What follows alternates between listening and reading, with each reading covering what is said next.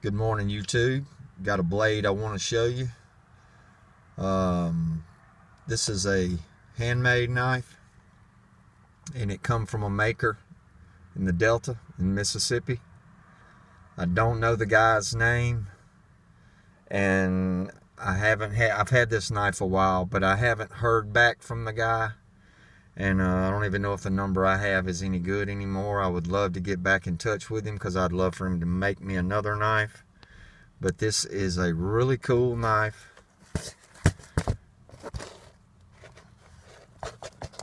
Let me show this to you. Look at this. This is beautiful, handmade, Mississippi bred fixed blade right here. Has a really unique fat belly bullhead design. It is full tang. It has beautiful red linen micarta scales with a brass and blue emerald mosaic pin and two smaller brass pins. This knife is razor sharp, and this is not my design. I bought this in a bulk sale of knives. It was 4 or 5 knives from the same maker. But this was really well thought out. Has a beautiful ramp and a beautiful, just a lustrous satin finish to it. Look at that grind line.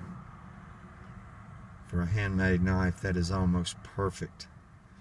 I would have liked for the choil to have a round cutout, but it's flat, it's boxed, but it feels really good, and it's right in the perfect spot.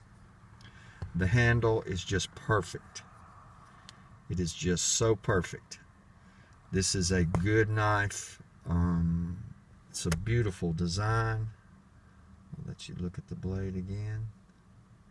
It gets extremely sharp. I don't know if you can see the edge or not. And that mosaic pen is just, that is super cool. I love the blue that's in there. The linen micarta, I have not seen red or this dark red in a long time. You tend to see that in knives from like the 80s and stuff. It come with a basic leather sheath. It's double stitched, but this dangler, I don't know that I would trust that at all. But I don't wear it on my belt or anything. I'm just a collector, guys. I have a couple of beater knives and a couple of knives that I made that I actually use in the field. I have a couple of knives I use for skinning catfish, and I take those noodling and stuff, and yard implements. I have a few knives that I made to work around in the yard with, but other than that, I don't really use any of my purchase knives, basically.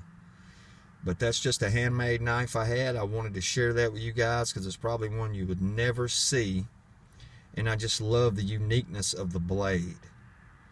It's just got a really fat forward belly to it. And I'm not even sure about the steel. I know it is really good steel because it holds the edge so well. But it is a beautiful knife, and I just wanted to share it with you guys.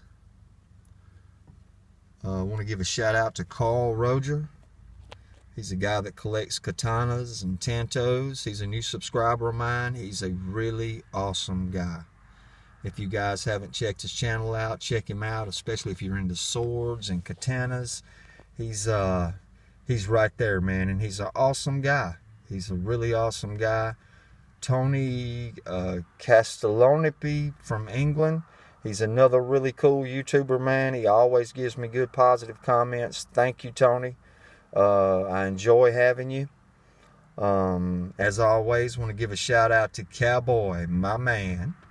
Zigford Washburn, Paul Myers, Pete Morsey.